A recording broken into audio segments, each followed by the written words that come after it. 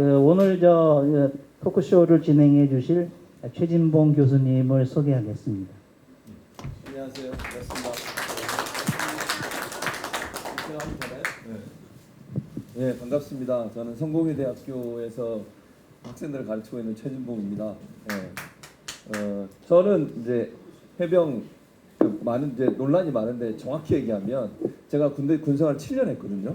대위로 전역을 했는데요. 입대는 해군으로 했습니다. 해군으로 입대했는데 지금은 해군 해병대가 장교들 교육이 분리돼 있어요. 해군은 해군에서 하고 해병대는 이훈단에서 하고 이렇게 하거든요. 근데 예전에는 해군 해병이 같이 교육을 받았어요. 저랑 같이 교육받았던 이제 기수로 해병 간부 부생 74기가 이제 저랑 같은 기수고요. 저랑 같이 교육을 받았고, 그리고 이제 저는 지금은 정훈병과가 해병대 따로 있지만 예전에 해병에 정훈병과가 없었어요. 그래서 제가 이제 파견 근무를 해병으로 갔죠. 그래서 제가 3년을 근무했어요. 해병 1사단 7연대 멧돼지 부대라고 그러죠. 잘 기억하시고 7연대 계셨던 분 아실 텐데 7연대 멧돼지 부대 정훈관을 제가 1년 반 정도 하고, 그리고 이제 사단 본부로 올라와 사단 본부에서 1년 반을 근무했어요. 그러니까 병으로 따지면 3년을 또 다 채우고 나온 거예요. 해병대에서. 도솔관에서 초빙 강연하고, 그 다음에 사단 연병장 잘 기억하실지 모르겠지만 저쪽 편에 보면 야해무도 있거든요. 거기서 우정회도 찍고 막 그랬었어요. 그래서 제가 해병대에 3년 조금 넘게 근무를 하고, 그리고 이제 대위로 전역을 했는데, 그래서 기수로 하면 저희가 이제 같이 훈련을 받았기 때문에 해병 동기도 저희랑 같이 숙소도 같이 있었고 훈련도 같이 받고, 그래서 74기로 제가 같이 이제 훈련을 받았습니다. 그래서 일부에서 뭐 해병대 아니다 이런 얘기하는데 너무 고생을 많이 해가지고 제가 해병대 가가지고 8강 못 쓰고 빨간 병찰 나고 이렇게 했거든요. 그 당시에 이제 사단장 했던 분 중에 가장 기억에 남는 분은 전도봉 사단장이고요. 훈심은 제가 맨날 쓰잖아요. 훈심은 정훈장교도 쓰니까. 그때 당시 했던 말이 한 번 해병이 영원한 해병 위에 아무나 해병이 될 수 있다면 나는 결코 해병대를 선택하지 않았을 것이다. 그걸 전도봉 사단장이 처음 당시에 썼었어요. 이훈단장하고 사단장하고 사령관까지 했던 분이죠. 그때 제가 모셨던 분들이 많은데 사단장으로. 그래서 제 이제 또 그 전력을 말씀을 드렸습니다. 예. 그래서 저는 해병대 웬관이 있고요. 해병대를 사랑하는 사람이고요. 7연대 1사단에서 해병 열심히 같이 했던 사람이라는 말씀을 드리고, 오늘 이제 패널로 참석하신 분들 다 아실 텐데 이제 방송에 많이 나오셔서 먼저 우리 그 박정훈 대령의 변호를 맡고 계시는 김정민 변호사 오늘 함께 하도록 하겠습니다. 반갑습니다. 네.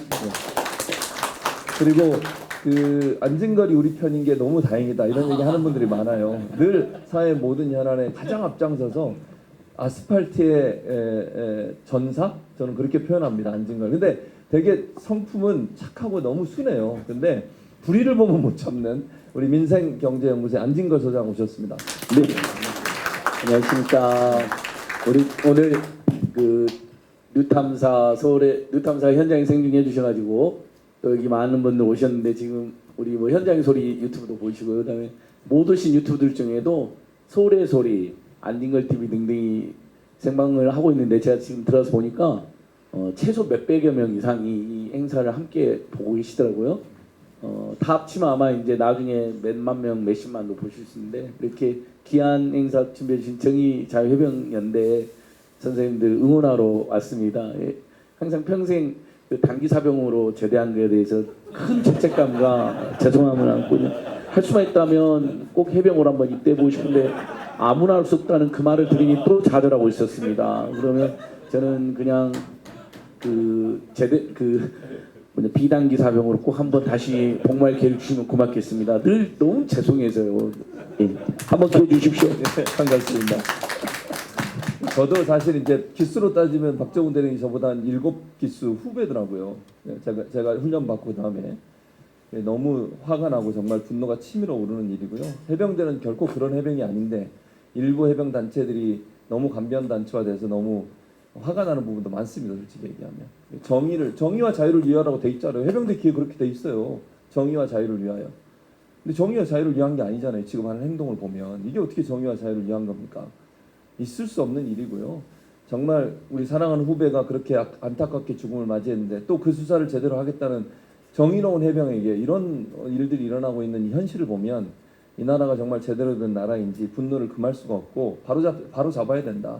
우리가 시작하는 이 모임이 그런 바로잡음의 원천이 됐으면 좋겠고, 힘을 합쳐서 적은 힘이라도 함께하면 저는 큰 힘이 될 거라고 생각합니다. 최수근 상병을 기억하는 모든 사람들의 목소리를 모아서 무도한 정권을 대응해서 싸울 수 있는 그런 힘을 모아야 되겠다고 생각이 듭니다. 두 분 모신 이유는 사실은 김정민 변호사께는 법적 문제를 좀 여쭤보고 싶었고요. 안진걸 소장께는 사회적 문제, 이번 최수근 상병 관련한 여러 가지 사안들, 또 박종훈 대령의 이런 재판 관련된 부분들 여쭤보고 싶어서 모셨는데, 일단 가장 먼저 오늘 핫한 이슈가 전 국방부 장관 이종섭 사임을 했습니다. 그러나 지금 김정민 변호사가 진행하고 있는 재판에 증인으로 지금 요청을 해놓은 상태죠. 어느 정도 진행되고 있는지, 증인으로 불릴 가능성이 있는지, 또 부른다면 어떤 걸 물어봐야 되는지 설명을 좀 부탁드리겠습니다. 지금 3회 공판까지 마쳤고요. 뭐 이종석 국방장관이야 당연히 불러야 될 사람 아니겠습니까? 근데 지금 뭐 그 호주에 갔다 왔다 여러 가지 말하는 중에 제가 귀에 쏙 들어오는 말은 저는 안 했습니다. 다른 사람 있나 보죠 뭐. 그 얘기만 하시면 될 것 같아요. 나와서 다른 얘기 할 거 없고 저는 아닙니다. 이렇게 하면 되잖아요. 증인으로 채택될 가능성은 어떻습니까? 채택 안 하면 재판을 받을 이유가 없지 않습니까? 주요 증인인데 그 사람이 피해자라면서요. 그래서 피해를 호소하고 있다가 제가 적었는데 피해자라고 부르기가 좀 적절하지 않은 것 같아서 피해를 호소하고 있다라고 적고 있는데요. 정말 좀 비참하지 않습니까? 장관까지 지내가지고 뭘 어딜 도망갔다가 뭐 끌려온 것 같아요. 그렇죠? 뭐라고도 안 했어요. 끌려왔어요. 그만둔대요? 누가 하라고 그랬나요? 뭐 하는 짓인지. 뭐 도둑놈처럼 나갔다가 또 들어왔다가 또 그만뒀다가. 참 이런 갈팡질팡 하는 걸 보면 저 사람들 믿고 전쟁할 수 있는 것인지 참 걱정스럽고요. 최소한의 어떤 이 사건에서 꼭 지적해야 될 부분이 뭐냐면 아무도 정직하지 않다는 겁니다. 아무도 정직하지 않아요. 그럼 정직하지 않은데 정의로울 수 있나요? 따로 있나요? 거짓말하면서 정의로울 수 있는 건지 모르겠습니다만 뭐가 그렇게 겁이 나서 말도 못하는 건지 참 안타깝고 그게 용기인데요. 너무 이제 박 대령 같은 분이 이제 뭐냐면 박정훈 대령님이 어마어마한 용기가 있는 게 아니라 어찌 보면 그냥 단순한 직선적인 삶을 사신 분이거든요. 이러면 안 된다. 제가 몇 번 제가 언론에서 그런 말을 했는데 날짜도 안 잃어버려요. 작년 8월 24일 저한테도 충격적이었던 오후 1시 무렵에 전화통화에서 묻고 싶지 않았으나 물었고 박 대령님은 그냥 쿨하게 인정을 하셨어요. 대통령이라고. 제가 그래서 그 통화를 다 끝내고 웃으면서 좀 물었어요. 제 대통령인 걸 알면서도 그랬느냐. 나 같았으면 쉽지 않았을 거다. 근데 그냥 웃기만 하세요. 별 차이를 못 느끼신 거야, 이분은. 이게 대통령이냐 아니냐라는 건 별 차이를 못 느끼셨던 모양 같아요. 그러니까 이제 그 심리치료 과정에서 제가 한 2시간 넘게 같이 이렇게 했는데 제일 고통스러운 장면을 그 순직해병 시신을 좀 볼 때를 떠올리면서 굉장히 힘들어하더라고요. 그래서 저도 잘 이해를 못했는데 그때 그 시신을 보면서 자기가 느꼈던 그 무력감, 그다음 분노, 또 나이가 아들 나이란 말이에요. 그 순직해병이 그런 것들이 주는 그 충격. 그래서 반드시 내가 책임질 자에게 책임을 묻겠다 했는데 지금 역으로 당하고 있잖아요. 그걸 보면서 참 그렇고 지금 뭐 이 재판은 지금 뭐 이미 끝났다. 제가 처음에 재판을 시작할 때 이 재판은 이 재판에 나오는 증거는 항명의 증거가 아니라 다 외압의 증거라고 단언코 말했는데요. 어떤 결론이 날진 모르지만 결국 이 하나의 최고 권력의 부패 때문에 또 많은 사람들이 희생되게 생겼습니다. 보면서 안타깝기도 하고 그 중엔 저희 후배들도 있을 것 같고요. 그런데요. 또 이제 법적인 걸 떠나서 제가 사건 관련해서 이런 사진들을 쭉 보면서 참 슬픈 사진들이 많아요. 제가 볼 때는 어떤 사진들이냐면 물에 가서 뭘 찾으라고 하니까 뭘 둘러매고 들어갔어요. 뭐 갈퀴로 뭐도 찔러보고 하는데 뭘 찾아야 될지도 몰라요. 왜냐하면 거기 아무것도 없거든요. 그냥 사진 찍으니까 열심히 뭘 찔러봤단 말이죠. 그래서 일선에서 그 병사들은 아우성이었어요. 죽은 사람 찾으려고 산 사람을 이렇게 몰아넣느냐. 우리를 갈아 넣는 것 같다. 말이 안 통한다. 뭐 칭찬합시다는 왜 하냐. 난리도 아니었다고요. 그 일선에서의 분위기라는 게. 그 7월 18일 같은 경우는요. 비가 주구장창 왔대요. 그래서 그 부대 내에서는 좀 빨리 끝내지 이런 분위기가 있었단 말이에요. 그래서 그 행여나 언제나 그 지시가 내려오나를 모두 다 기다리고 있었어요. 전달되어 오는 거는 그냥 하랍니다. 그냥 하랍니다예요. 그냥 내려오는 명령이라고는. 4시가 넘어가니까 그때서야 이제 오늘 그만하자. 뭘 위해서 이런 짓을 하는지 도대체 모르겠다.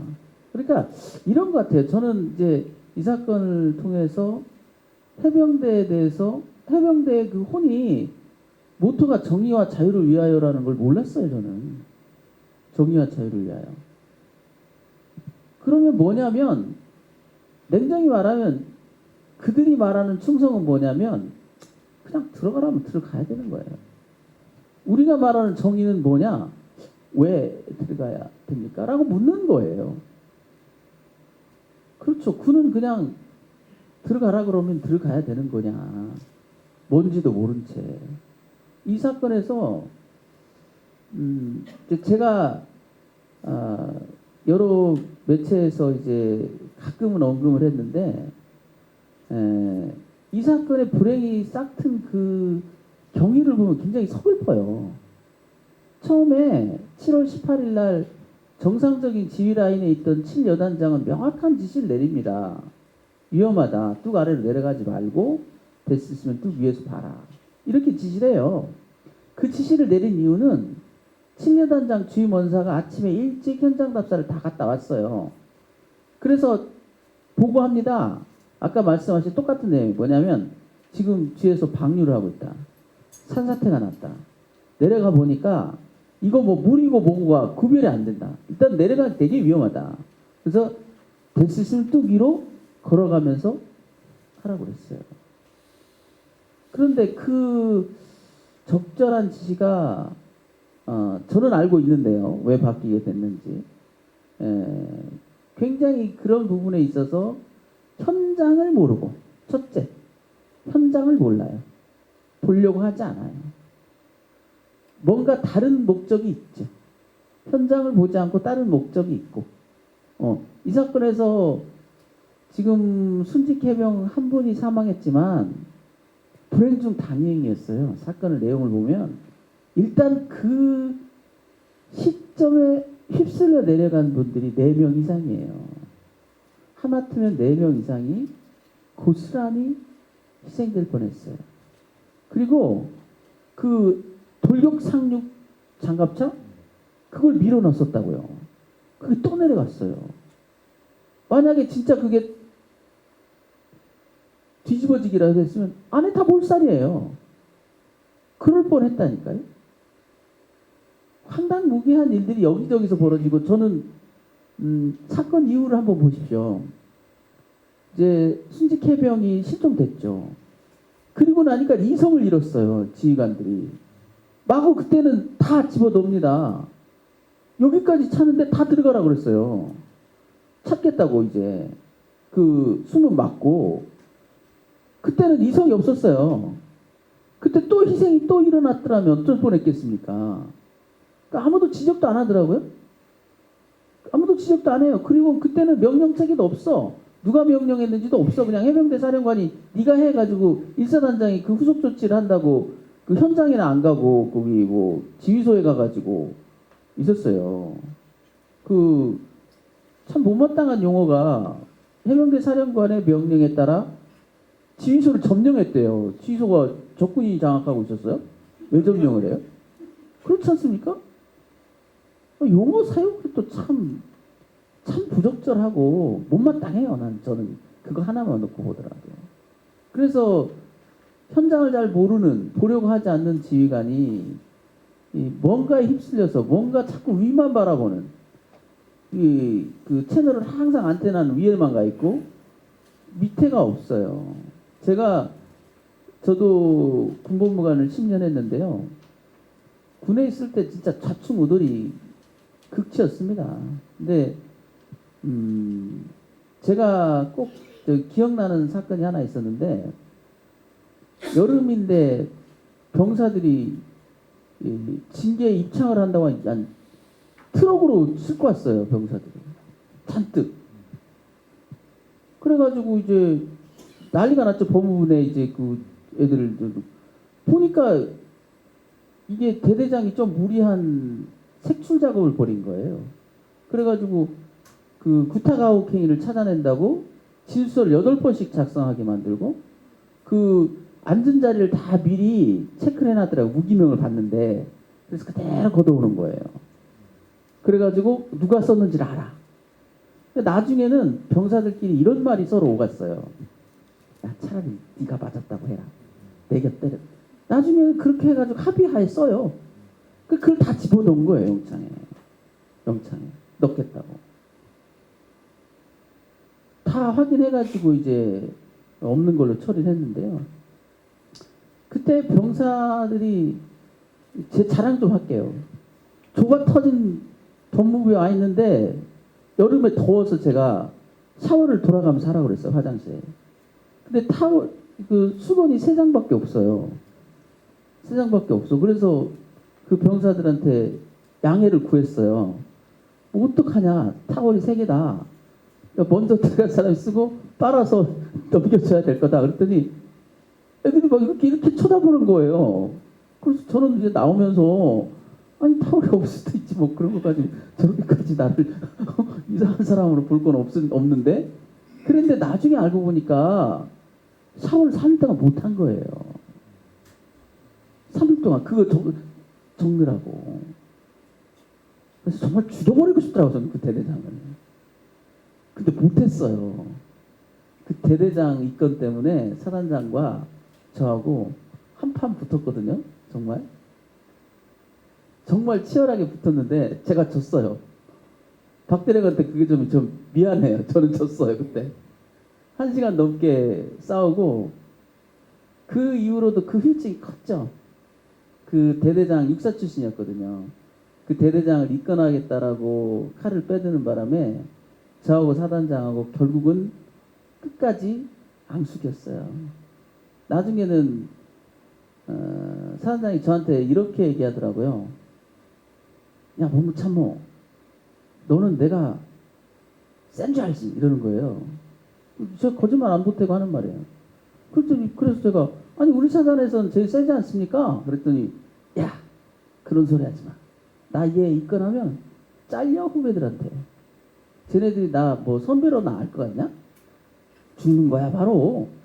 솔직하게 얘기하더라고요.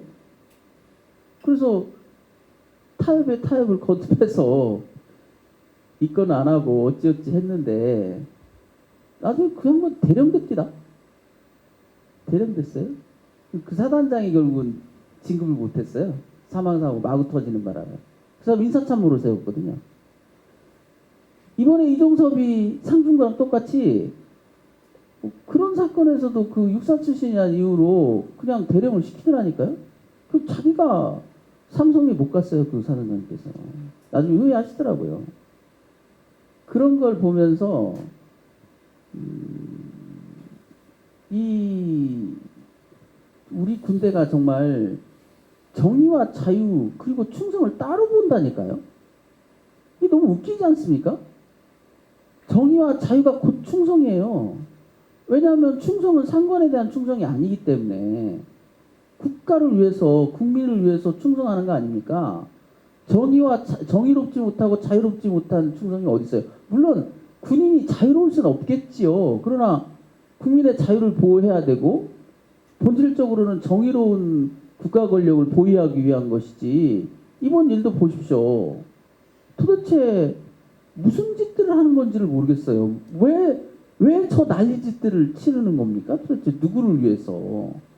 저는 오히려 대통령이라면 반대가 돼야 되지 않냐는 거예요. 아니 이런 일로 사단장을 처벌하지 않으면 누가 나를 믿겠나? 이게 정상적인 거 아닙니까?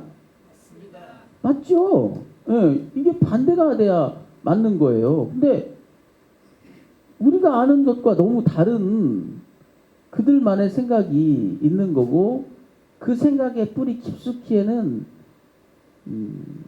선민의식과 차별의식, 국가가 내 거다라는 착각, 우리들만의 것이다라는 착각, 우리 몇몇 그 잘나고 똑똑한 놈들의 것이다라는 착각.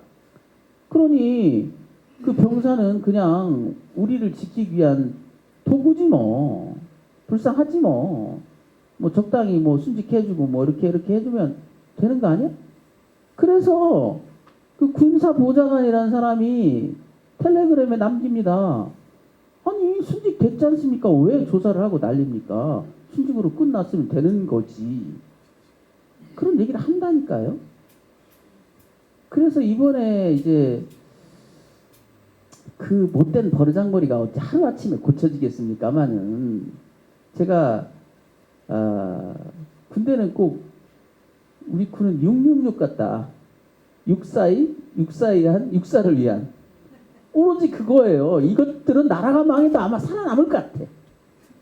나라가 망해서 다른 나라로 바뀌면 또 그 나라에 충성하겠지. 그 나라 지배 세력에 또 줄을 대고. 그렇죠. 어떻게 국가보다 더 강고한 세력이 존재할 수 있으며, 물론 이제 이 임성근 사단장님이 물론 육사 출신 아니지만 왜 군대를 그렇게 일부 권력계층이 휘어잡고 그들만 내리내리 돌려가면서 하며 거기에 대해서 조금이라도 잘못을 지적하거나 문제 제기를 하면 철퇴를 가하려고 하느냐. 이번 일도 그렇지 않습니까? 의견이 다를 수 있죠. 그것까지는 이해하겠어요. 그런데 범죄자로 몰아요. 제가 계속 매체에 나가서 얘기하는 게 망상이랍니다. 대통령이 화를 냈던 게 망상이래요. 군검사가 쓴 구속영장 청구서에 나와 있어요. 망상이라고. 그래서 제가 영장 청구 심사 때도 실질 심사 때도 막 뭐라고 했죠. 책상까지 내리치면서 어떻게 망상이라고 하나 증거가 있지 않느냐. 그때는 아직 통화 기록도 없을 때였어요. 근데 이번에 그래서 고소했습니다. 그 해병대 그 박대령이 그 군검사를 고소했어요. 허위공문서 작성, 동행상, 강금미수. 강금미수예요. 판사를 속여서 집어 쳐넣으려고 했던 거예요. 왜? 쳐넣어달라고 하니까. 쳐넣어달라고 하잖아요. 야, 나 지금 난리 났다. 야, 나 다 들키게 생겼다. 그때 난리 났거든요. 대통령 개입설 다 스테이트 보도되고 나니까 7일 날 보도되고 나니까 28일 날 우리도 얘기하니까 바로 31일 날 구속영장을 쳤어요. 이 미친놈들이. 그러면서 망상이래 망상. 통화 기록 다 들고 있었던 놈들이. 거기서 박대령이 핸드폰을 다 없애가지고 포렌식이 안 돼서 전화번호가 하나도 안 나왔대요. 포렌식 다 돼서 문자까지 다 나갔는데. 저는 구속영장을 보면서 아직도 영원히 잊지 못할 거야. 그 구속영장 표현 중에 자신에게 유리한 증거를 인멸하고 이런 표현이 있어요. 아니 자기에게 유리한 증거를 인멸할 세상에 천하의 바보가 있나요? 얼마나 구속시키고 싶었으면, 얼마나 급했으면. 제가 너무 많은 얘기를 했네. 아무튼 임태훈 소장님 네. 오셔가지고요. 재판은 잘 될 거고요. 저는 그렇게 단언합니다. 우리나라 망쳐든 나라 아니에요. 그렇기 때문에 우리가 이기면 이거 망쳐든 나라에나 일어난 일이에요. 망쳐든 나라 아닙니다. 반드시 이길 거고요. 저는 그걸 넘어서 박대령과 함께 꼭 이 범죄 행위를 저지른 많은 놈들을 하나하나씩 찾아서 그들을 법정에 다 세울 거예요. 네, 감사합니다. 우리 김정인 변호사가 울분을 토하셨습니다. 그 사이에 우리 임태훈 전 소장이 되셨죠, 이제? 다시 현 소장으로 그렇습니다. 복귀하셨습니다. 네, 군인권센터 소장님 모셨습니다. 예, 반갑습니다. 자, 그럼 숨 좀 고르시라고. 전 소장에서 현 소장이 전 소장이 다시 현 소장이 된가요? 복귀를 하셨어요. 그러면 이게 도망갔다가 불려왔다 잘린 놈이랑 비슷하네. 농담이었습니다. 이종섭을 추적하기 위하여 약간의 변신술이 있으셨던 거죠. 자, 그럼 잠깐 숨 고르시고 그 사이에 우리 예. 아까 제가 그 수백여 명이 생방하고 있다 그랬죠. 제가 지금 다시 점검해보니까 제가 그 잘못 봤습니다. 뉴탐사에서만 지금 현재 2,200여 명이요 보고 계시고요. 다른 유튜브들에서도 다 합치면 한 1,000여 명 가까이 보시는 것 같아요. 그 정도로 우리 최상명 사건에 대한 분노와 슬픔, 그 자유정예병연대 또 박정훈 대령님 또 우리 김정민 변호사님 응원해 주신 분들이 많은 것 같습니다. 요즘 얼마나 이슈가 많고 다들 바쁘실 텐데 정말 수천 명이 여기에도 많이 오셨지만 온라인으로 또 보고 계신다는 거에 저희도 무거운 책임감도 느끼고 열심히 투쟁하는 분들과 강하게 연대해서 반드시 승리하겠다 이런 생각을 하게 됩니다. 저는 진짜 짧게 하겠습니다. 우리 국민들께서 이렇게 생각한 것 같아요. 그 진보정도 보수를 떠나가지고 최근 윤석열 정권 들어선 다음에 벌어진 일 중에 가장 끔찍한 사건으로 이채 양명주를 꼽잖아요. 너무 지금 이게 굉장히 범국민적인 용어가 됐거든요. 이채 양명주, 뭐 현수막도 걸려 있고 그럽니다. 이태원 참사하고 최상병 사건이 맨 위에 있습니다. 이제 D가 양평고속도로, 그다음에 명품 뇌물수수, 그다음에 주가 조작, 뭐 잔고 조작 순서인데 사실 T 양평고속도로 사건이나 명품 뇌물수수 및 인사개입, 주가 조작, 잔고 조작도 끔찍하죠. 국가 권력이 총동원해서 윤석열, 김건희, 최은순 일가를 다 피호해주고 그런 사건들이잖아요. 그 중대한 범죄가 있었는데 거기서는 정말 우리가 생각하는 억울한 어떤 시민들이나 청년들의 또는 우리 사병들의 죽음이 있었던 건 아니잖아요. 국가 권력이 가공할 만한 정말 타락과 그것을 비호하는 것들에 대한 분노는 있지만, 근데 우리 국민들이 제일 슬픈 것은 그런 것도 분노하고 슬프지만 정말 이태원 참사에서 우리 그 청년들의 그 159명의 죽음, 그다음에 최상병의 그 정말 도저히 이해할 수가 없는 거, 억울한 순직 이런 것들은 생각하면 내가 또는 우리 자식이 내가 사랑하는 사람이 죽은 것처럼 너무 가슴 아프고 지금도 울분에 차 있거든요. 트라우마 걸려 있을 정도로요. 그래서 이 사건들은 정말 아까 우리 정의자해병연대 우리 대표님도 말씀하셨는데 반드시 우리 투쟁하신 분들 이길 거고 우리 국민들이 끝까지 함께할 겁니다. 오죽하면 이채양 명주라는 말 만들어냈겠습니까? 그리고 이제 뒤에 또 오특고전이라고 있는데 그것도 오송 참사 특수활동비 남용 고발 사주 윤석열 한동훈이 주범이다. 그다음에 이제 전세사의 피해자를 외면하는 정권 행태 이렇게 오특고전이 붙어 있습니다. 그다음에 이제 또 물경 민심 이제 물가 폭등 경제 폭망 민생 파탄 심판하자 이렇게 되어 있는데 제일 지금 여러 개를 저희가 시민들과 함께 시도를 했는데 다른 것들은 히트를 못했어요. 근데 이채양 명주는 국민들께서 그대로 많이 퍼뜨리시고 여러 이미지도 만드시고 이채양 명주는 술이 아닙니다. 국민들의 고통이요 분노의 슬픔이다라는 말까지 만들어가지고 여기까지 왔거든요. 그래서 오늘 정의자유해병연대 분들의 주축으로 박정훈 최상병의 안타까운 죽음을 슬퍼하고 박정훈 대령님을 끝까지 응원하는 우리 이 흐름, 저는 범국민적 흐름이라고 생각합니다. 그리고 이게 윤석열 정권이 이걸로 반드시 단단히 심판받을 겁니다. 사법적인 이제 김정인 변호사 말한 사법적인 처리와는 또 별도로 국민적, 역사적, 사회적, 도덕적 심판을 불같이 받을 수밖에 없다 이렇게 보고 있습니다. 감사합니다. 네, 감사합니다. 안진걸 소장 말씀 들었고요. 임태훈 소장께는 이런 질문을 드리고 싶어요. 임태훈 소장은 이제 군 인권 관련된 문제, 군의 비리 이런 거 계속 제보도 받으시고 문제 해결도 하시고 외롭게 막 싸우시고 이러셨잖아요. 근데 그 많은 여러 가지 군의 뭐 비리, 그 다음에 군 장병에 대한 안타까운 사건들 이거 많지만 이번 최수근 상병과 박정훈 대령의 이런 고통을 보시면서 어떤 점이 다르고 이게 사실은 다른 군 사건 같은 경우 나오면 군 내부적인 문제에 좀 머무르는 면이 있다면 이건 조금 다른 차원에서 볼 수 있는 부분이 있을 것 같은데 어떤 차이가 있다고 보세요? 저희는 이제 15년이 됐어요. 뭐 저가 혼자 외롭게 싸우진 않고 있고 저도 처음에 외롭게 싸웠는데 지금은 이제 같이 활동하는 상근 활동가들이 이제 10명이나 돼요. 10명이 50만을 감시를 하고 50만 인권을 챙긴다는 건 사실상 이렇게 계산하면 이게 잘 등치가 안 되잖아요. 그러니까 저희가 일하는 방식이 여타 다른 인권 단체들하고 조금 많이 다릅니다. 혹자들은 형사 로펌을 보는 것 같다.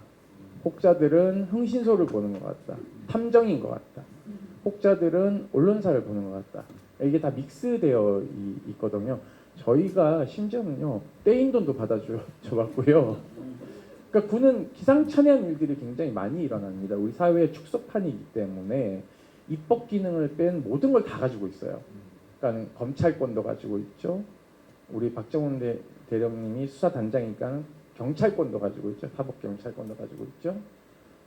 재판권도 가지고 있습니다. 참 기형적 구조이죠. 그걸 누가 다 쥐고 있냐면 국방부 장관이 다 틀어지고 있습니다. 우리가 아무리 뭐 판사들이 판결이 뭐 같다라고 비난하지만 사법부는 형식적으로나마 또 우리 헌법적으로나마 별개 독립된 기관으로 상권 분립이 되어 있는데 군만 유일하게 법원이 분리되어 있지 않아요. 그러니까 저희가 막 쥐어뜯었어요. 어떻게 80 몇 개에서부터 쥐어뜯어가지고 언제부터 쥐어뜯었냐 5대2라고 성추행으로 자살한 사망 사건이 있었는데 그때부터 군사법원이 엉터리다라고 얘기를 하면서 국민들이 이제 공문을 샀고 결정적인 건 윤일병 사망 사건이죠. 윤승주 일병입니다. 올해 4월 7일이면 이제 10주기입니다. 세월호도 이제 10주기 다가오지만 우리가 기억해야 될 것 중에 하나는 또 윤일병 사망 사건입니다. 이게 군을 획기적인 혁명에 가까운 식으로 바꿔낸 죽음의 은폐를 가져왔던 사건이거든요. 저희가 그거를 7월 말 재보궐선거 끝난 다음 날 폭로를 했습니다. 물론 이제 우리 김정인 변호사님의 숨은 공로가 있었기 때문에 가능했던 것이기도 하지만은요. 그걸 폭로한 다음에 별들이 우수수 떨어졌습니다. 그러니까 저희가 의도하지 않았어요. 저희는 의도하지 않았고 사단장이 날아가고 군단장이 날아가고 헌정사상 최초로 육군 참모총장이 군 사망 사건 때문에 그대로 옷을 벗게 됩니다. 물론 김관진이라는 장관의 책임을 면하기 위해서 당시 국방장관에서 김관진이 안보실장으로 넘어갔을 때거든요. 그러니까는 이게 너무 이제 여론이 거세게 보수 진영에서도 비난 일색으로 가니까 이게 잘못하면 안보실장이 경질이 되니까 육군 참모총장이 제가 그때 오전 7시 반에 이제 비가 오는데 이제 방송 출연하러 가는데 KBS 기자가 형 큰일 났어. 육군 참모총장이 잘릴 것 같아. 이렇게 얘기하는 거예요. 그래서 저희가 의도하지 않았지만 별이 우수수 떨어졌습니다. 제가 군사재판 가니까 어떤 헌병 장교가 소장님이 떨어뜨린 별이 몇 개인지 아세요? 그러면 시알려 주더라고요. 그래서 그때 이게 처음 알았습니다. 근데 잘 보십시오. 최상병 사망 사건이 일어났고 되게 단순하지 않습니까? 그 유속이 굉장히 빠른데 물에 들어가게 했어요. 사단장의 지시가 있었고 그러면 사단장이 보직해임 되면 되는 겁니다. 그러니까 옷을 벗기면 되는 거예요. 군복을. 그런데 어제도 JTBC에 나오지만 옷을 벗기려고 했던 사람이 갑자기 옷을 안 벗고 언론에 발표하려는 게 다 뒤집힙니다. 이런 경우는 제가 잘 못 봤거든요. 갑질대장 박찬주도 사실상 구속됐었죠. 여러 가지 군의 사건들이 은폐돼서 폭로될 때마다 책임은 누군가 졌습니다. 그게 국민들 시각에서 봤을 때 만족한 것이냐 아니냐의 경중의 차이가 있을 뿐이지 누군가는 책임을 졌거든요. 근데 전 국민이 다 알고 분노했던 그냥 구명조끼 폈으면 그리고 물에 들어가는 지시를 하지 않았으면 그리고 장갑차를 무리하게 집어넣었다가 쇼하고 나오는 장면들을 보지 않았습니까? 그 장갑차도 5분을 견디지 못하고 빠져나오는데 사람이 거기 들어가면 위험하다는 건 그거는 그냥 아동들도 다 아는 얘기예요. 그런데도 불구하고 본인이 책임지지 않겠다라고 하면서 지금까지 버티고 있고 애꿎은 부하들만 지금 전부 다 줄줄이 사탕으로 엮어놓고 있는 것이거든요. 그러니까는 저는 이 책임이 과연 누구에게 있냐. 오늘 이제 이종섭 대사를 사의 표명한 걸 수리했다고 합니다. 공교롭게도 제가 이제 그 국민 후보 출마하던 날 그 도망을 나갔고 컷오프 되고 처음 이제 외부 일정인데 제가 어제 총회에서 이제 제 신임을 받아서 소장에 이제 복귀하게 됐는데요. 오늘 또 이제 이렇게 사의를 하게 되지 않았습니까? 누가 봐도 국방부 장관이 다 결재하는 것을 뒤집어 엎을 수 있는 건 딱 한 분이잖아요. 누구? 국군 통수권자. 이것은 그냥 일반 상식적인 사람들은 다 아는 얘기입니다. 그러니 지금도 이 지경이 됐는데도 불구하고 임성근 사단장은 그대로 투스타를 달고 해병대의 명예를 묵사발을 지금 만들어 놓고 있어요. 그러니까 엄밀하게 얘기하면요. 군을 쑥대밭에 만들어 놨습니다. 누가? 대통령이.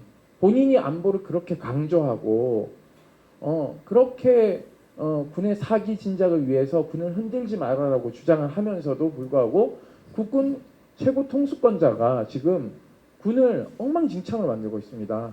그리고 여러분 보셨겠지만 국회의원을 행사장에서 경호처장이라는 자가 마구 때립니다. 이 모습 어디 많이 보시지 않았어요? 차지 처리하던 짓이에요. 박정희 정권 때. 그런 짓을 버젓이 할 수 있는 게 과연 누구의 생각이고 누구의 판단일까요? 윤석열 대통령이죠. 저는 이 부분에서는 뭐 사법적 책임 뭐 이런 것 다 떠나서요. 저는 그냥 본인이 책임져야 된다고 생각합니다. 그 책임이 저는 뭔지는 잘 모르겠어요. 하지만 우리는 특검이 지금 패스트트랙에 올라가 있고 총선이 끝나면 패트는 국회의장의 결정에 따라서 태워지면 되는 겁니다. 그러면 가결이 될 것이고요. 그러면 이제 그때부터는 대통령의 시간입니다. 거부권을 행사할 것이냐, 수용할 것이냐. 그럼 여타의 다른 특검과는 어떤 차이가 있냐라는 문제가 여기에 이제 존재하는 것이죠. 수사 외압의 실체가 결국 이종석 장관 한 명이 이 수사 결과를 다 뒤집어 엎었냐, 아니면 대통령의 지시에 의해서 다 뒤집어 엎었냐는 명백히 다른 문제이기도 한 거죠. 대통령이 그런 지시를 했다면 그것은 헌법 위반이기 때문에 중대한 탄핵 사유가 된다라는 것은 뭐 여러분이 다 알고 있지 않습니까? 그렇기 때문에 책임은 명확해졌고 도망가려고 한 자가 누구인지 다 국민들이 보지 않았습니까? 출국금지 된지도 모르고 대사로 임명하고 쥐구멍으로 빠져나가서 도망치듯이 왔고 그리고 수도권에서 지지율이 15% 꺼지니까 부랴부랴 불러들였어요. 저는 이 손발이 안 맞는 것들을 봤을 때 이게 도대체 누가 연출하고 있는 것인지도 잘 모르겠고 누가 책임지고 있는 것인지도 잘 모르겠다는 것이죠.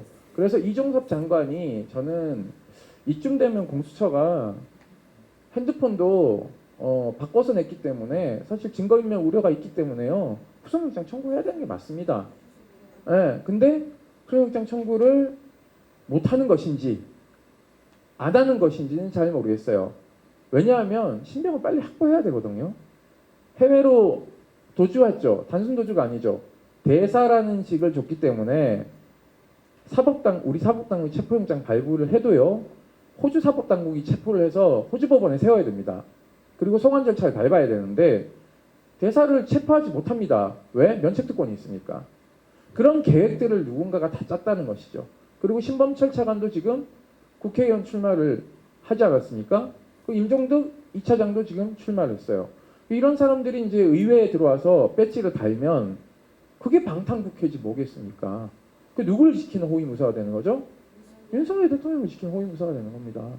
저는 이 싸움이 처음에 시작됐을 때 아마 서울의 소리를 기억하실 겁니다. 서울의 소리 출연해서 첫 일성이 뭐였냐면요. 박정훈 대령이 승리할 것이다. 이길 것이다 라고 얘기했습니다. 예. 그러니까 그것은 어떤 저의 단연간의 군인권 활동에 있어서의 촉입니다. 그리고 박정훈 대령이라는 사람이 어떤 사람인가를 제가 헌병대장 시절부터 지켜봐 왔기 때문에 군인들이 보통 이렇게 표현하지 않습니까? 군대, 경찰, 검사 등 칼 찬 사람들이라고 얘기를 하죠. 박 대령은 칼을 2개 차고 있어요. 군인의 칼을 차고 있고 수사권의 칼을 차고 있습니다. 잘못 건드렸다고 저는 생각하고 있어요. 칼 2개 찬 사람을 함부로 건드리면 안 돼요. 칼 하나 찬 사람들이. 그것도 요만한 단도 들고 장갑 없는 사람한테 달려들었다가 저는 지금 정신을 못 차리고 있다고 판단하고 있습니다. 물론 아마 계획을 또 정교하게 짤 겁니다. 이것을 어떻게 해서 특검 정국을 헤쳐나갈 것인가. 이런 판단도 할 수 있어요. 특검 수용합시다. 어차피 우리가 다 막으면 됩니다. 라는 생각을 할 수도 있어요. 왜냐? 대법원장도 자기가 임명한 사람, 검찰총장도 자기가 임명한 사람. 왜냐하면 특검이 구성돼도 검찰에서 인력을 파견해줘야 되거든요. 즉 법무부 장관의 협조가 있어야 됩니다. 그런 것들을 가지고 다 장난질을 할 수가 있다는 거예요. 그렇기 때문에 여러분들이 이 총선 이후 벌어지는 이 사건의 전개에 대해서 정말 예의주시하고 잘 지켜봐야 된다. 정치권만을 믿어서는 안 된다. 정치권이 해결하지 못하면 결국 누가 나서야 된다? 국민들이 나서야 된다. 예. 저는 그래야지만이 의정 활동하시는 의원들의 국민들이 목줄을 쥐고 제대로 땡길 수 있다. 아시잖아요. 선거 전과 선거 후는 매우 자세가 달라집니다.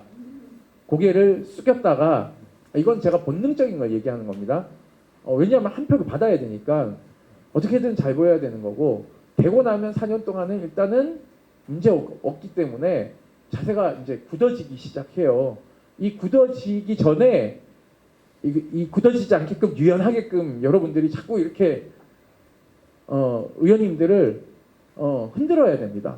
이렇게 괴롭히라는 얘기가 아니라 제 얘기는 각자 지지한 의원님들을 계속 호소하고 이렇게 하셔야 됩니다라고 얘기를 해야지 민의가 반영되거든요.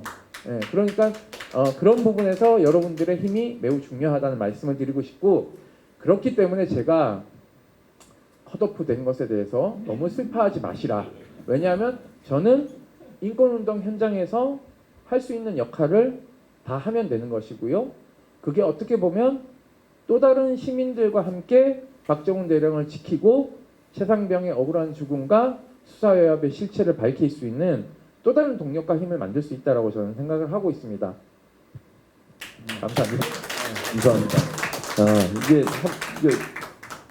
끝내야 되는데 끝내라고 연세형. 네, 콘서트 공연도 있어요. 그럼 김정민 변호사에게 한 가지만 여쭤볼게요. 이 문제 왜냐면 이거 법적 짧게 얘기하세요. 김정민 뭐냐면 이종석 전 장관을 변호하는 변호인이 밝힌 거예요. 그게 잘못됐다는 걸 설명을 해주셔야 돼. 뭐라고 얘기했냐면 직권남용으로 지금 공수처에 고발이 돼 있거든요. 남용할 직권이 없다는 거예요. 직권이. 이유는 사망 사건은 외부에 수사하게 돼 있는데 국방부 장관은 거기서 지휘하고 감독할 권한이 없기 때문에 직권남용으로 고발된 걸 자기는 인정할 수 없다. 이렇게 얘기했어요. 어떻게 생각하세요? 뭐 자기가 인정하고 말고가 중요한 건 아닌 것 같고요. 관심 없습니다. 대통령이 중요한 거죠. 지금 대통령 탄핵이냐 아니냐가 중요하지. 그렇지 않습니까? 이미 하는 그 부분 그 영역에서의 싸움 끝났고요.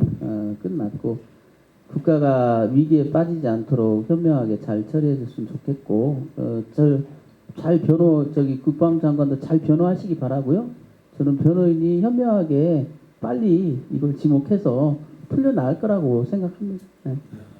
네, 감사합니다. 오늘 이렇게 임태훈 소장 그리고 김정민 변호사, 안진걸 상 세 분 나오셔서 좋은 말씀해주셔서 감사드리고 저희가 이제 함께 말씀 나눴지만 이 말 들으신 말씀을 기반으로 해서 여러분도 함께 힘을 모아주셔서 박정훈 대령의 억울함을 풀고 최수근 상병의 그 순직을 영예롭게 만드는 길은 진실을 파악하는 거예요. 누가 지시를 했고 누가 최정점에 있고 어떤 사람이 이걸 오거나이즈해서 이걸 밀고 가고 있는 이걸 밝혀내서 반드시 책임 물어야 돼요. 임기 때 못하면 이게 끝나고라도 해야 되는 거 아닙니까? 그게 우리가 해야 될 일이죠. 국민이 해야 될 일이고 그것이 바로 해병대 정신이고 해병 전후에 우리가 얘기하는 자유해병연대 반드시 해야 될 일이라고 생각합니다. 짧게 한마디만 드리면 제가 이제 이 사건 터졌을 때 이종섭 장관을 탄핵해야 된다는 얘기를 수리남에 나와서 처음 했습니다. 네. 그러니까 탄핵을 해서 6개월 이상 발을 묶어둬야 도망가지 않고 증거인멸을 하지 않는다라고 얘기를 했는데 공교롭게도 탄핵을 잘 밀고 민주당에 가시다가 그러니까 그때 이재명 대표께서 단식 농성을 하고 있어가지고 이제 힘이 좀 붙이셔가지고 이게 이제 엎어졌어요. 그러자마자 대통령이 짱 보고 있다가 자진 사퇴하는 방향으로 해서 도주를 뒤로 빼돌린 겁니다. 그래서 제가 그때 도망갈 것이다라고 했는데 정말 딱 맞아 떨어졌어요. 그러니까 이게 촉이라는 게 이분하고 저하고 합이 잘 맞기 때문에요. 이 합이 하나 둘 한번 역으로 보시면 다 맞아 떨어지고 있습니다. 그렇기 때문에 여러분들 힘을 더 내시고 총선만이 끝나면 다 해결될 것이다라고 생각하시면 오산이다. 총선이 끝나고 나서 시작이다라는 말씀을 드리고 싶습니다. 아마 저도 한 말씀 못 드리면 국민들께서 또 어제 오늘 절망한 게 이 사건을 자그마한 사건이라고 대통령실 고위 관계자 우리 해병대 선후배님들이나 전우들이나 유가족들이나 또 그 현장에서 생존해가지고 트라우마에 시달리는 분들은 처음에 윤석열 오딩은 이만한 사건이라고 폄훼했고요. 그 다음에는 이제 자그마한 사건이라고 하는 거잖아요. 진짜 천벌받을 놈들이라고 생각합니다. 감사합니다. 이렇게 바쁘지 않게 해주셔서 감사하고 세 분의 말씀 잘 들었고요. 예, 질문 있으세요? 예, 말씀하세요. 이종섭 장관의 변호인이 직권남용이 아니라고 했잖아요. 그럼 항명도 아닌 거 아닙니까? 맞습니다. 그래서 그게 이제 전 변호인, 저 전에 변호했던 분이 이 수사 지휘권의 대상이 아니다. 그러니 명령권도 발생하지 않는다라고 주장했거든요. 그 얘기는 연관이 있습니다. 아예 직권 자체가 없으면 직권 남용도 안 되지만 항명도 안 되는데요. 근데 문제는 국방장관은 우리한테만 문제가 된 게 아니거든요. 그 해병대 사령관에 대한 그런 것들이랄지, 그 다음에 조사본부에 대해서 또 2차 외압을 행사한 거랄지, 이런 것들은 어떻게 해명할 건지. 그러니까 그런 걸 이제 죽을 깨를 낸다 그러죠. 옛날 어른들이 죽을 깨를 내고 있는 거죠. 그게 왜냐하면 그리고 그렇게 수사지휘권이 있다고 동네방네 떠들고 다녔어요. 서류에도 가득합니다. 자기들이 만든 서류가 이렇게 쌓여 있어요. 그래서 그걸 그때요 구속영장에서 뭐라고 한지 아세요?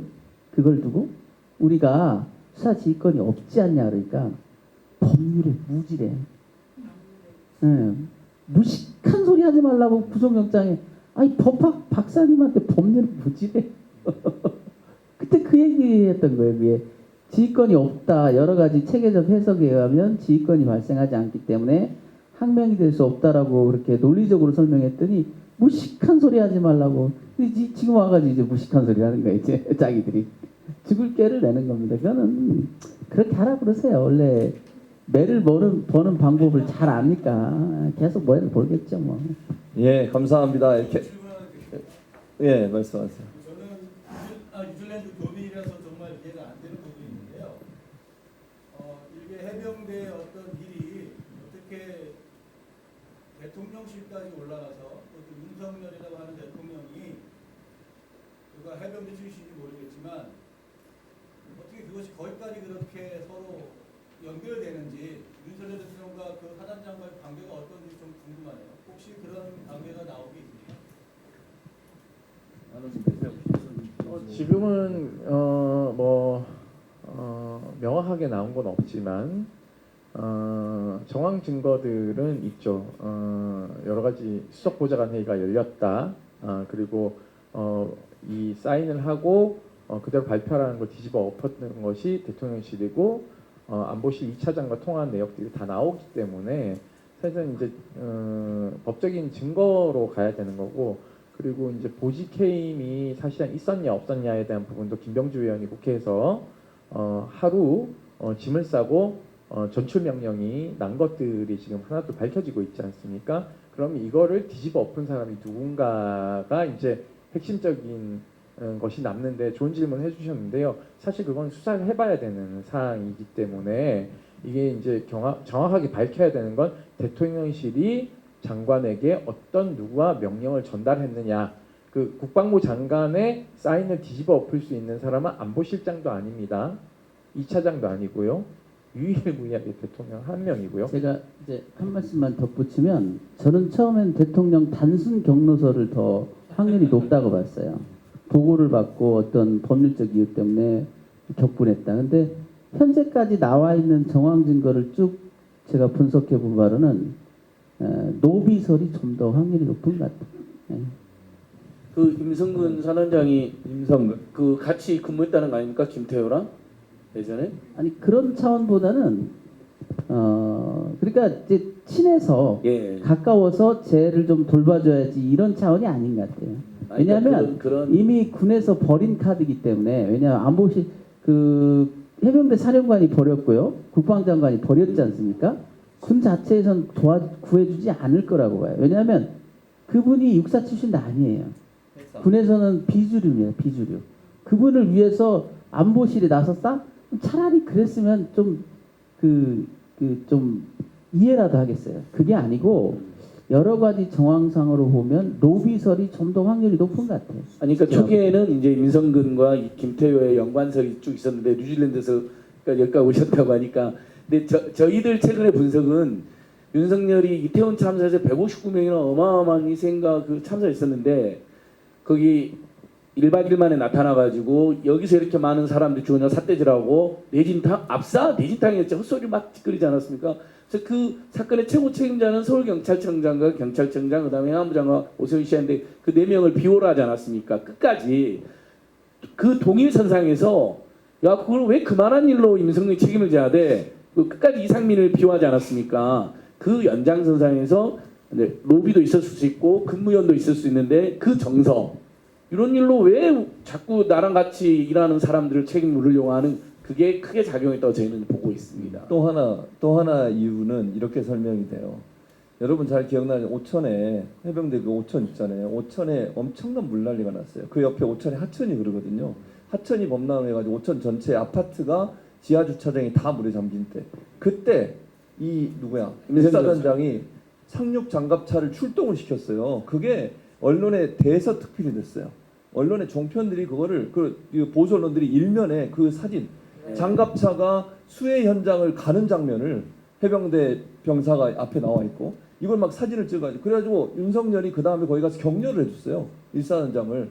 그것도 하나의 이유로 보는 관점이 있어요. 그 당시에 PD 수첩에 그게 이제 지난번에 잘 다뤘죠. 그 뭐 충성을 다하겠습니다 이런 것도 나오고 하는데 그 2022년 물난리 때 네. 작년 말고에 그러니까 대통령이 물난리 때문에 서울의 반지하방들이 막 다 그렇죠. 침수되고 해서 사망자가 늘어나고 대통령 체면이 다 구겼는데 이제 해병대 장갑차 출동해서 시민들 구하니까 사실 이게 이제 대통령 명을 살렸으니 봐줘야 되는 거 아니냐라는 걸 누군가가 로비를 했을 개연성이 있다라는 얘기를 이제 있는 거죠. 그래서 사실은 합리적인 의심입니다. 그러니까 그래서 사실은 지난번에 그 수해 현장에도 장갑차를 출동시켰나 안 하는 네, 맞습니다. 의혹도 있어요. 그 사실은 수해 현장에 장갑차 가는 게 전혀 도움이 안 돼요, 별로. 그게 보여주기식이에요, 그야말로 그거는. 그러니까 실제는 구명보트 타고 가는 게 훨씬 나아요. 예를 들면 장갑차가 가서 뭘 어떻게 합니까? 수해가 나면 이제 고무보트가 가가지고 IBS 가서 2대대 애들이 가는 게 훨씬 낫지. 물론 이제 포항에 물난리가 났을 때 물이 이렇게 이제 유속이 있는 게 아니라 이제 차 있는 거고, 그러니까는 장갑차가 할 수 있는 역할이라는 게 있지만, 낙동강 제가 이제 영주가 고향이기 때문에 그 물난리가 나면 거기 유속이 되게 빠르거든요. 거기에 장갑차를 집어넣는다. 장갑차도 잘못하면 침수돼서 사망자가 발생할 수 있는 것이거든요. 그래서 이 두 개의 차이는 엄연하게 있기 때문에 해병대나 장갑차 부대의 사람들은 이게 들어가야 될 곳인지 아닌지를 잘 압니다. 그리고 대부분 해병대 장갑차는 상륙 작전, 즉 바다에서 이렇게 육지로 이렇게 들어오는 작전을 펼치기 때문에요. 유속이 빠르면 사실상 그 작전도 굉장히 어렵습니다. 그렇기 때문에 침수 시험도 하고 이러기 때문에 거기에다 장갑차를 넣는다는 거는 100% 쇼인 것이죠. 그 LVT가 파도가 많이 쳐도 네, 맞습니다. 올라오지를 못해요. 네, 맞습니다. 우리가 그 다른 분들은 그 탱크로 하는데 배예요, 배. 네. 배에서 육상으로 올라갈 수 있다 뿐이지. 그래서 장갑차를 넣는 것도 제가 보기에는 넌센스예요. 그래서 제가 잘 장갑차를 기사를 타고 보시면 얼마 전에 그 국방 그거 만드는 회사 분들이 그거 실험하다가 돌아가셨잖아요, 포항에서. 예, 그렇기 때문에 굉장히 위험한 것입니다. 알겠습니다. 자, 이렇게 질문도 받아보고 이제 마무리하겠습니다. 세 분 감사드리고 박수로 네, 감사합니다. 고맙습니다. 수고하셨습니다. 늦어서 다시 한번 죄송합니다. 네, 안녕하세요. 반갑습니다. 저는 이지성이라고 하는데요. 여러분들은 차별을 하시는 것 같은데 조금 아까 저기 나가실 때 우리 패널 나가실 때는 이런 박수가 아니었습니다.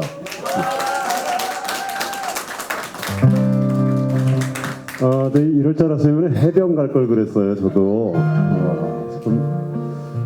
해병을 피해서 갔다가 어떻게 재수가 그랬는지 뭐 기가 벌어가가지고 전차바퀴 닦다가 3년 다 보냈습니다. 제가 오늘 SNS에 그런 걸 올렸습니다. 오늘은 귀신 잡으러 가는 날입니다. 이렇게 했는데 어느 분께서 또 그렇게 올려주셨어요. 우두머리 귀신도 꼭 잡아주십시오. 최석은 상병을 죽음으로 몰았던 귀신, 그리고 그 안타까운 죽음을 아주 자그마한 일이라고 표현했던 그런 귀신들, 그것을 가리기 위해서 박정훈 대령을 집단 항명 수계로 몰았던 귀신, 그리고 온갖 그 술수를 다 부리면서 그 진실을 외면하려고 하는 그런 귀신들, 애기 귀신, 새끼 귀신, 어미 귀신들 다 잡는 날입니다. 여러분들이 혹시 허락해 주신다면 정의와 자유의 이름으로 저도 오늘은 해병이 돼서 귀신을 한번 같이 잡아봤으면 좋겠습니다. 먼저 그 첫 노래로 일제 시대 때 일제 귀신들을 잡기 위해서 떠났던 사람들의 얘기를 먼저 해보겠습니다.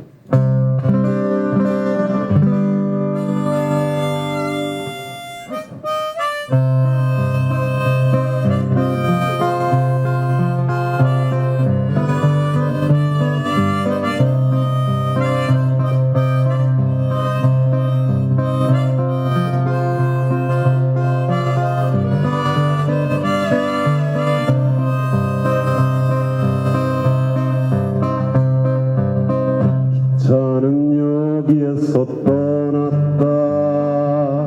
황제의 밀서를 가슴에 숨긴 이중과 이상서를 태우고 기차는 그 새벽을 떠났다.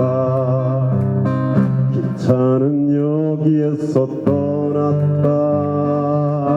양치의 들판에 무명질 버린 대한국인 안중근을 태우고 기차는 그 새벽을 떠났다. 무엇을 있을까 깜짝하 하바롭스크 벽시 같은 보려인들 모두 태우고 비구름처럼 응보라처럼 사나운 기적을 칸칸이 달려갔다. 기차는 여기에서 떠났다. 총을 빼앗긴 도병 홍범도 백마탄 김기영천을 태우고 기차는 그 새벽을 떠났다.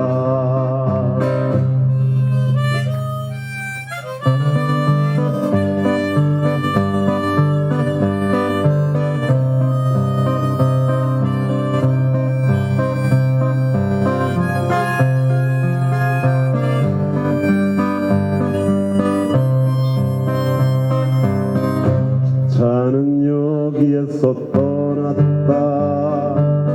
헤이그로 하얼빈으로 떠났다.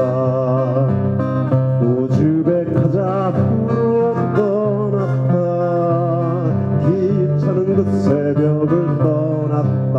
저리도 멀고 끝없는 곳으로 떠나서 슬픔만 돌려보내고 정작 그들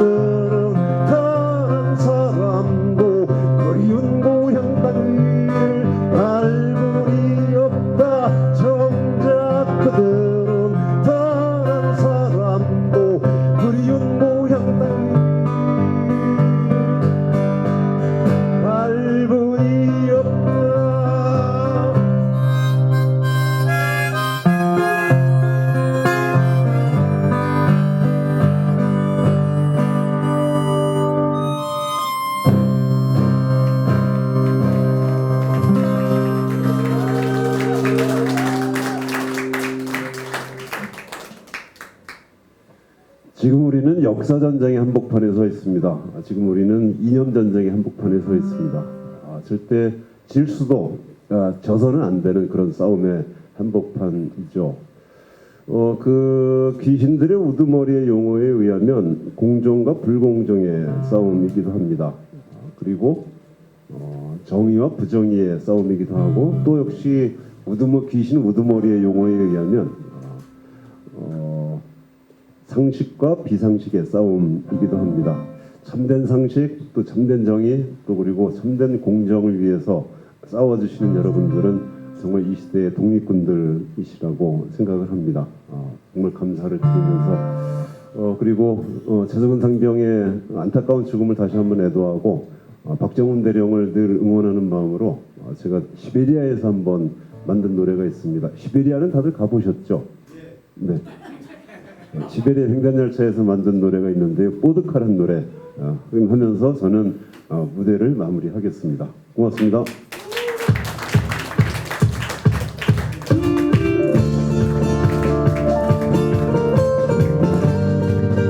MR 조금만 더 주세요. 모니터에서.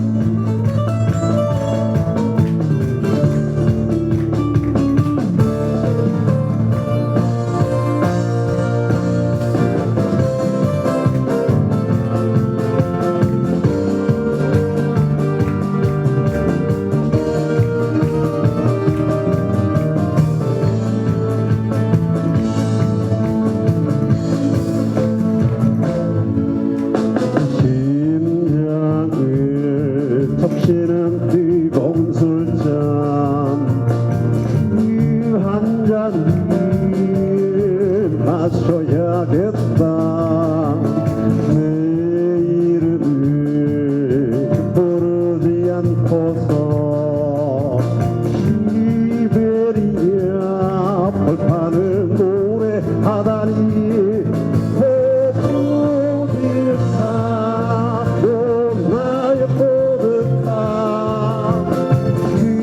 한 잔을 마시지 않고서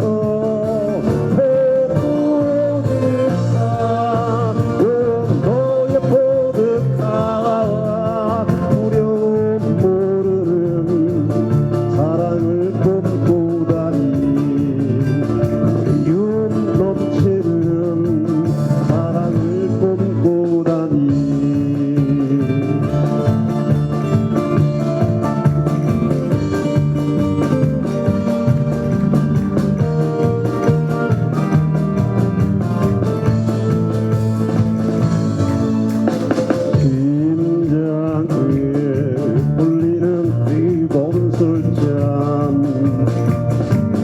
한 잔을 마시고 싶다. 내 이름을 부르지 않고서 이 칼을 별빛을 노래하다니 포득하 나의 포득하 한 잔을 마시지 않고서 포득하 너의 포득하 두려움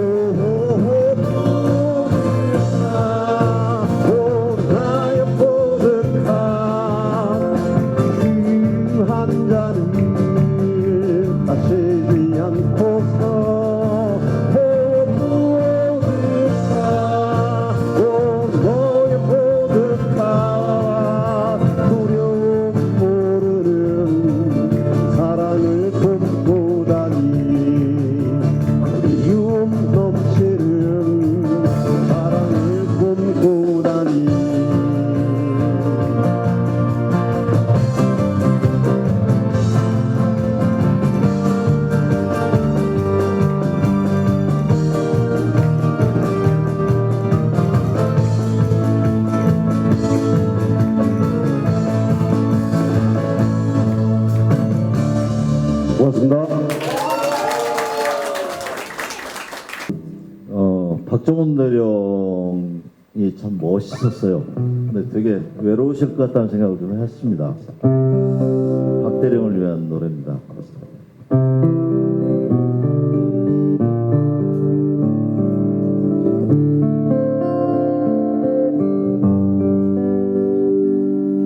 파도가 부서지는 밤이서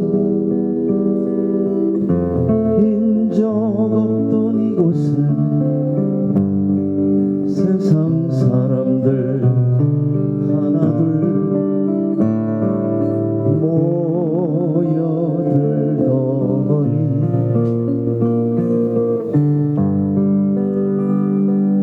어느 밤 폭풍우에 휘말려 모두 사라지고 남은 것은 바위 섬과 긴 파도라네. 바위 섬 너는 내가 미워도 나는 널 너무 사랑해. 다시 태어나지 못해도 너를 사랑하네.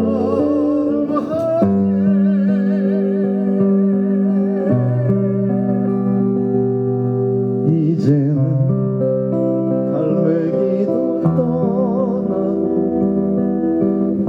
아무도 없지만 나는 이 바위 섬에 살고 싶어라.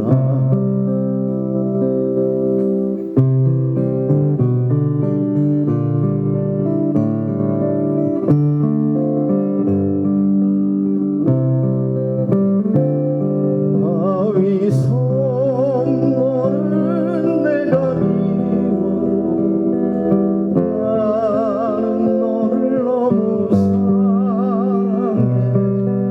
다시 태어나지 못해도 너를 사랑해.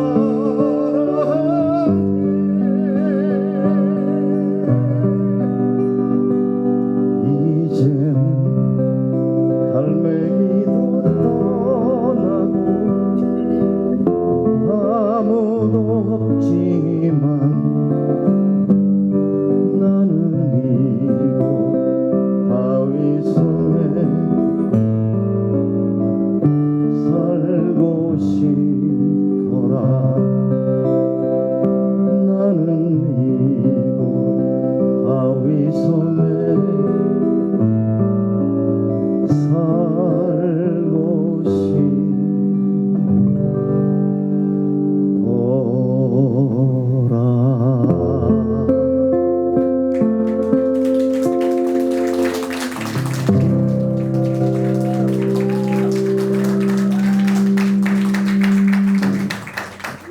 예, 외로운 섬 같은 그런 느낌, 박대령님께 그런 인상을 제가 좀 받았었어요. 좀 위로가 되고 힘을 좀 많이 내셨으면 좋겠고, 저희들이 뒤에서 그런 힘이 좀 될 수 있으면 좋겠다라고 그런 생각을 하면서 부른 노래입니다. 한 곡 더 할게요. 이 곡은 고 최수근 상병께 드리는 그런 마음을 갖고 불러보겠습니다. 노래 제목이 꽃을 심으리 그대 가슴에.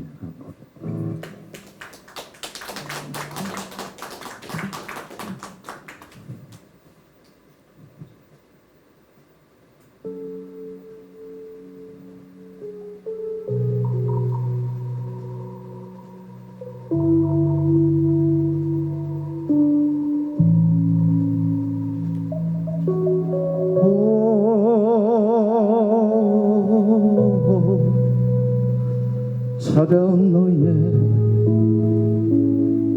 가슴에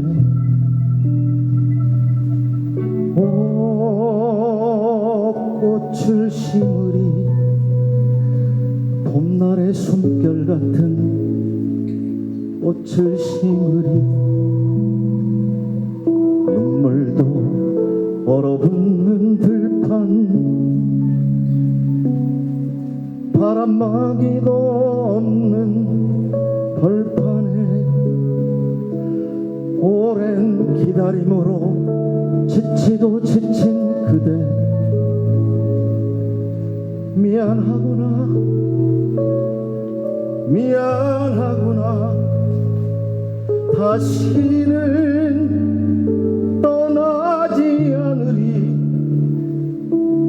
그대 곁에 서 있으리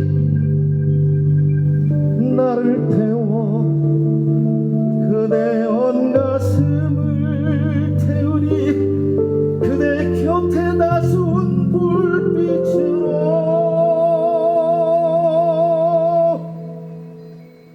서 있으리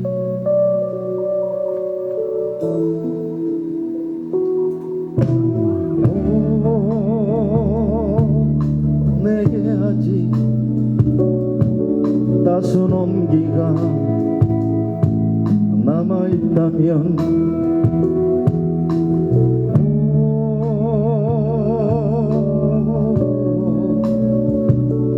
그대에게 가서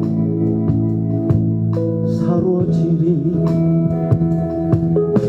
한개비 장작불로 태워져도 좋으리 그대 앞에 오직 희망의 아침으로만 서리 꽃을 심으리 그대 가슴에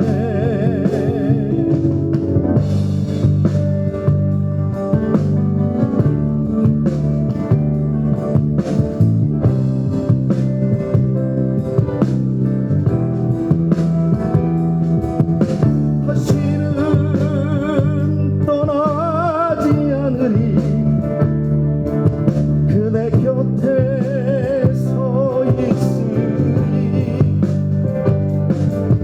나를 태워 그대 온 가슴을 녹이리 그대 곁에 나순 불빛으로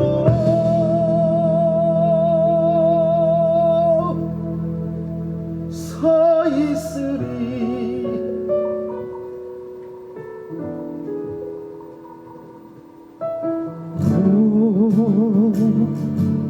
내게 아직 따순 온기가 남아있다면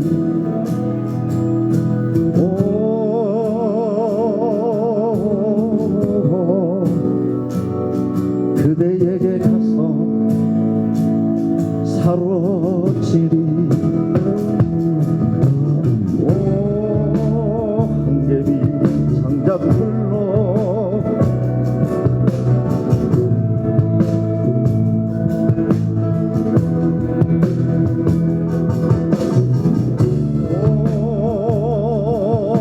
남아있다면